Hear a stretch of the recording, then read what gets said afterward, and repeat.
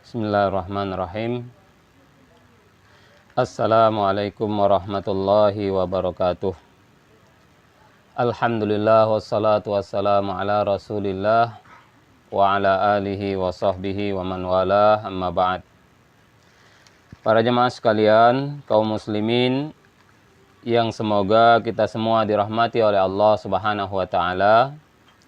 Dalam pertemuan yang ke-11 ini insyaallah saya akan menyampaikan kembali nasihat terkhusus bagi teman-teman saya, guru-guru saya, para ustadz salafi, terkait seringnya kita salah faham tentang apa itu tahlilan.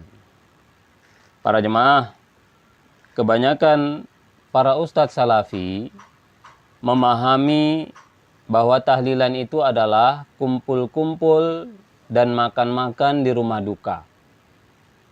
Titik beratnya tentang kumpul-kumpul dan makan-makan di rumah duka.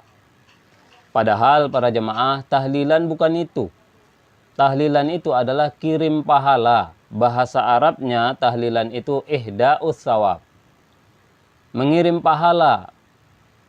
Yang mana mengirim pahala ini justru sepakat mayoritas ulama ahlus sunnah salafi. Mayoritas sepakat bahwa segala amal kebaikan, bacaan Al-Quran dan yang lainnya, pahalanya bisa dikirim kepada keluarga yang sudah meninggal. Ini mayoritas, jumhur. Sebagian kecil yang mengatakan tidak sampai, dan ini pendapat yang lemah. Yang benar adalah bacaan Al-Quran, bacaan zikir-zikir, dan yang lainnya, pahalanya bisa dikirim kepada orang yang meninggal dunia. Nah, akibat gagal faham atau salah memahami definisi tahlilan ini, akhirnya para ustadz salafi salah pula dalam memahami berbagai ucapan para ulama ketika mereka memakruhkan kumpul-kumpul di rumah duka. Di antaranya ucapan Imam Asy-Syafi'i. Sangat banyak ustadz salafi gagal faham yang sangat parah. Di dalam kitab Imam Asy-Syafi'i mengatakan, wa akrahul ma'tama wa hiyal jama'atu wa illam yakun lahum bukaun fa inna dhalika yujaddidul huzna wa yukalliful mu'nata. Kata Imam Asy-Syafi'i, dan aku memakruhkan al-ma'tam, yaitu kumpul-kumpul di rumah duka walaupun mereka tidak menangis, karena hal itu bisa memperbaharui kesedihan dan bisa membebani keluarga ahli musibah. Para jemaah yang semoga kita semua dirahmati oleh Allah. Apa yang dimaksud Imam Syafi'i? Jelas sekali beliau mengatakan akrahu, aku tidak suka, aku makruhkan. Beliau memakruhkan. Al-ma'tam. Al-ma'tam itu kumpul-kumpul di rumah duka. Dijelaskan oleh Imam An-Nawawi dalam kitab beliau Al-Majmu' Syarhul Muhadzab. Apa yang dimaksud al-jamaah oleh Imam Asy-Syafi'i? Qalu, para ulama Syafi'i mengatakan, ya'ni bil julusi laha ayyajtami'a ahlul mayyiti fi baitin fayaqsudahum man aradat ta'ziyata. Kata Imam An-Nawawi, para ulama Syafi'i mengatakan yang dimaksud duduk-duduk yang dimakruhkan tadi adalah ahli mayit, keluarga mayit kumpul di rumah. Kemudian orang kumpul di rumah agar orang yang ingin takziah bisa menemui mereka. Para jemaah, jadi kumpul keluarga mayit, anak-anaknya kumpul semua di satu tempat menunggu kalau ada orang mau takziah. Ini akrahu. Imam Syafi'i mengatakan aku tidak suka, makruh. Para jemaah, namun ustadz salafi sering gagal faham yang sangat parah. Sebagian ustadz salafi mengatakan wa akrahul ma'tam, maksud Imam Syafi'i wa akrahul ma'tam artinya dan aku mengharamkan tahlilan. La ilaha illallah.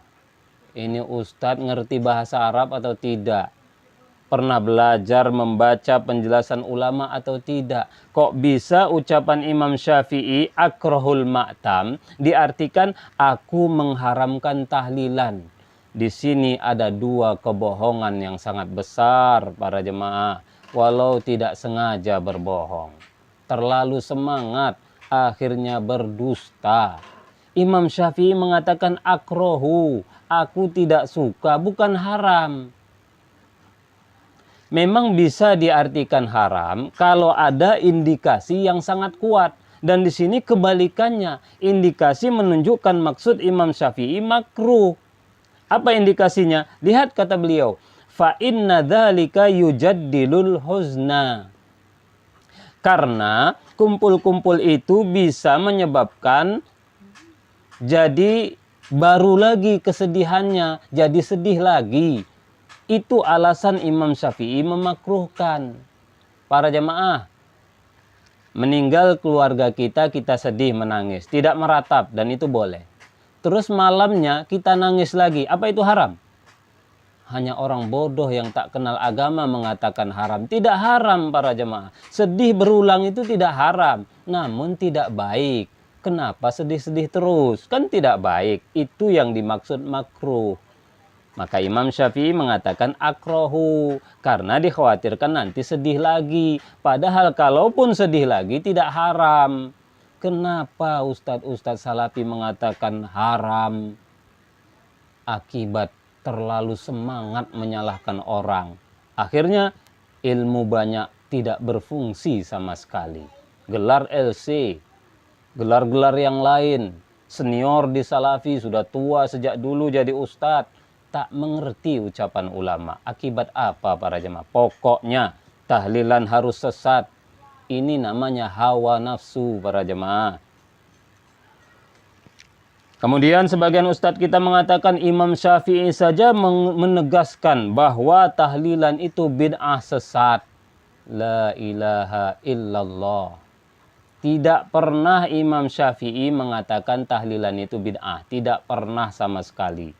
Kenapa antum mengatakan Imam Syafi'i mengatakan bid'ah? Ini kedustaan para jemaah. Walau antum tidak sengaja, antum telah menipu banyak salafiyin. Terus antum katakan Imam Syafi'i menganggap bahwa tahlilan itu bid'ah sesat. Sesat lagi. Imam Syafi'i tidak pernah mengatakan al-ma'tam itu dhalalah. Nggak pernah. Antum artikan sesat. Luar biasa nih. Betul-betul kok para ustadz kita banyak menipu umat. Mohon maaf para jamaah. Saya bukan ingin merendahkan ustadz-ustadz salafi. Bukan ingin menjelek-jelekkan dakwah salafi. Namun saya merasa sedih. 25 tahun lebih ustadz salafi menyerang tahlilan dengan berbagai kesimpulan yang ngawur. Para jamaah, tidak pernah Imam Syafi'i mengatakan tahlilan. Kita bilang beliau mengatakan tahlilan. Di zaman Imam Syafi'i tidak ada tahlilan para jemaah. Mustahil beliau maksudkan maktam itu tahlilan. Karena tidak ada. Kirim pahala ada. Tapi kalau kirim pahala baca la ilaha illallah. La ilaha illallah. Tidak ada di zaman Imam Syafi'i. Sehingga tidak mungkin beliau berbicara tentang tahlilan. Kemana akal sehat ustadz-ustadz kita ini? Para jemaah. Mohon maaf. Janganlah berambisi sekali. Kaum muslimin bukan orang bodoh di Indonesia ini. Mereka orang berilmu, beramal dengan ilmu. Itu pendapat yang mereka yakini. Hargai. Akibatnya kan antum tidak menghargai, jadi banyak bohong antum. Berdosa berlipat-lipat jadinya para jemaah. Mohon maaf, perbaiki dakwah kita. Memalukan. Sebagian ustadz salafi mengatakan kalimat makruh kalau di zaman salaf maksudnya haram. Ini bodoh lagi nih, ini ustadz sudah LC. Banyaklah gelar-gelar ustadz salafi hebat. Kalau saya tidak ada gelar. Ya, namun alhamdulillah sejak pertama dikenal salafi di Indonesia saya sudah mondok di pondok salafi. Tahun 95 bahkan sebelumnya. Para jemaah yang dimuliakan oleh Allah. Sebagian ustadz kita juga mengatakan bahwa 4 imam madhab bahwa semua ulama ahlus sunnah di 4 madhab mengatakan bahwa tahlilan haram. Sepakat, tidak ada perselisihan. Subhanallah, sudah gagal faham, sudah berdusta tanpa disengaja, mengatakan ulama sepakat tanpa perselisihan. Para jemaah, memalukan sekali. Sebenarnya para jemaah, orang kalau berbohong sekali dua kali saja sudah tidak bisa didengar dan sudah tidak bisa dipercaya sebenarnya para jemaah. Sedangkan kita berulang kali gagal faham, berbohong tanpa sengaja. Walau tidak disengaja, tetap saja itu namanya dusta. Para jemaah yang dimuliakan oleh Allah, maka berhentilah terlalu semangat. Gali dulu, tambah wawasan kita. Kaum muslimin di Indonesia bukan orang bodoh. Mereka orang yang sangat mengerti ilmu. Mereka beramal dengan ilmu yang mereka miliki. Coba kaji. Coba tanyakan secara langsung apa dalil mereka, apa argumentasi mereka. Jangan buru-buru memponis dan menyesatkan. Para jemaah yang dimuliakan oleh Allah, Syekh Ibnu Baz dalam fatwa, kumpulan fatwa beliau pernah ditanya, "Ma ra'yu samahatikum fi man yajlisu bil manzili listiqbalil mu'izzin?" Wahai Syekh, apa pendapat Anda seorang atau keluarga mayit duduk di rumahnya menunggu orang takziah datang? Inilah yang diingkari oleh Imam Syafi'i, al-ma'tam, yaitu keluarga ahli musibah kumpul di rumah. Ya, satu keluarga itu anak dari yang meninggal itu kumpul di rumah itu menunggu siapa yang datang takziah. Itu makruh. Itu yang dimakruhkan oleh semua ulama atau mayoritas ulama salaf. Makruh, bukan haram. Nah, Syekh bin Baz ditanya, apa hukumnya kalau di zaman ini itu dibuat? Kata beliau, la a'lamu ba'san, tidak mengapa. Kenapa? Dilanjutannya kata Syekh bin Baz, li'anna ta'ziyata sunnatun, karena ta'ziyah itu sunnah, wastiqbalul mu'izzina mimma yu'inuhum ala ada'is sunnah. Sedangkan menyambut orang ta'ziyah termasuk membantu mereka mengamalkan sunnah. Dengan kita tunggu mereka datang, kita membantu mereka bisa ta'ziyah. Ta'ziyah itu sunnah. Para jemaah, kalaulah itu haram, mustahil Syekh bin Baz mengatakan tidak mengapa. Zaman sekarang memang itu sarananya. Mustahil, kalau haram sampai hari kiamat pun haram. Karena bukan haram para jemaah, makruh. Syekh Asy-Syanqiti, muridnya Syekh bin Baz, ulama besar Saudi, anggota Hay'ah Kibarul Ulama. Beliau juga mengatakan kalau dulu makruh. Kalau sekarang tidak mengapa karena kondisinya berbeda. Syekh Asy-Syanqiti mengaitkan dengan kondisi. Di zaman itu sama sekali tidak diperlukan datang ke rumah duka. Nggak perlu. Sudah jumpa di masjid, jumpa di jalan, jumpa di pasar, sampaikan takziah, selesai. Zaman sekarang berjauhan.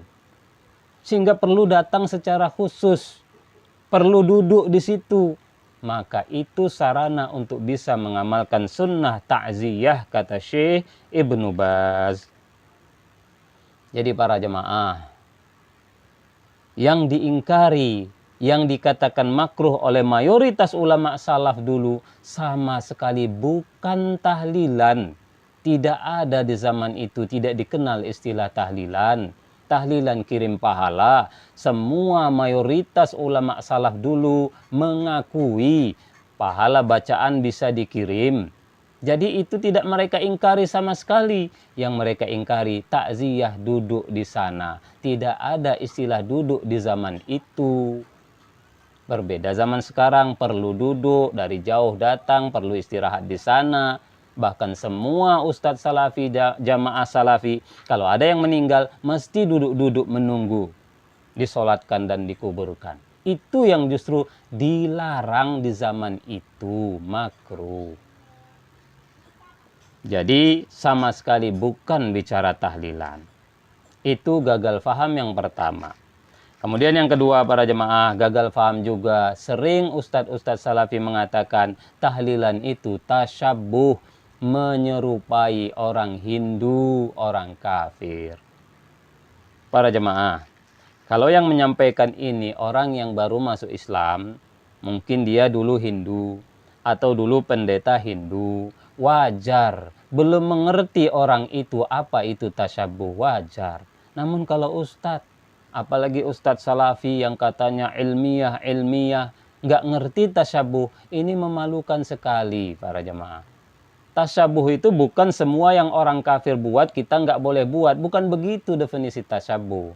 Tasyabuh itu adalah sesuatu yang khas orang kafir. Kalau kita buat, orang menduga, terbayang oleh orang yang melihat kita seperti mereka. Itu yang tasyabuh, khas. Syekh Al-Utsaimin dalam kumpulan fatwa beliau, Fatwa Al-Liqa Al-Bab Al-Maftuh, beliau mengatakan, At-tashabbuhu bil kuffari huwa annal insana yatazayya bizayyihim fil libas au fil kalam au ma asbaha dzalik. Tashabbuh dengan orang kafir yang dilarang adalah seseorang berpenampilan dengan penampilan khasnya orang kafir dalam hal pakaian atau dalam hal ucapan atau yang semisal itu. Bihaitsu di mana idza ra'ahu ar-ra'i yaqulu hadza minal kufar, di mana jika orang melihat dia, orang terbayang ini sepertinya orang kafir. Itu tasyabuh yang dilarang. Ketika orang melihat kita terbayang ini kayak Hindu. Begitu. Itu baru tasyabuh. Para jemaah, ketika kaum muslimin kumpul tahlilan malam hari mengucapkan la ilaha illallah lewat seseorang, apakah ada orang melihat yang sedang tahlilan terbayang kayak Hindu ya? Ada. Hanya orang bodoh yang mengatakan ada. Tidak akan ada seorang pun dari umat Islam, bahkan manusia, ketika melihat orang tahlilan mengatakan, seperti Hindu. Nggak akan ada para jemaah. Karena tidak ada khasnya di situ. Hanya sama dari sisi hari saja. Amalannya tidak ada kesamaan sama sekali, sehingga tidak tasyabuh. Belum lagi dalil ya, nanti insya Allah di pertemuan yang akan datang kita bawakan dalil-dalil masalah 3 hari, 7 hari. Itu ada dalilnya para jemaah, hari itu. Seandainya tidak ada pun dalil masalah penetapan hari, amalan yang bersifat umum boleh dikhususkan. Dan sudah saya bahas. Boleh para jemaah mengkhususkan bacaan, boleh. Ada sahabat sangat suka baca surat Al-Ikhlas. Setiap sholat habis baca surat selalu ditutup dengan surat Al-Ikhlas. Kata ulama ini menunjukkan boleh mengkhususkan bacaan tertentu, boleh. Tahlilan boleh, silahkan baca apa saja. Untuk dikirim pahalanya boleh. Mengkhususkan waktu pun boleh. Hadis tentang sholat hari Sabtu, Nabi ke Masjid Quba. Ulama sudah jelaskan boleh. Lah kaum muslimin memanfaatkan waktu hari berkabung 3 hari. Dikirim pahala di saat itu. Itu hanya memanfaatkan momen. Para jemaah, intinya takziah itu, intinya tahlilan adalah kirim pahala. Itu nanti ada dalilnya dan banyak sekali para ulama mayoritas menganjurkan sampai. Dan pendapat yang lemah mengatakan tidak sampai. Para jemaah yang dimuliakan oleh Allah, demikianlah masukan, teguran bagi kita. Pelajarilah suatu masalah dengan benar. Pahami, dalami, benar-benar paham. Jangan salah paham. Ulama tidak bicara tahlilan, kita bilang sedang membicarakan tahlilan.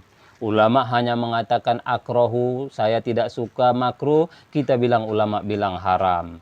Para jemaah, memalukan sekali kalau dakwah seperti ini.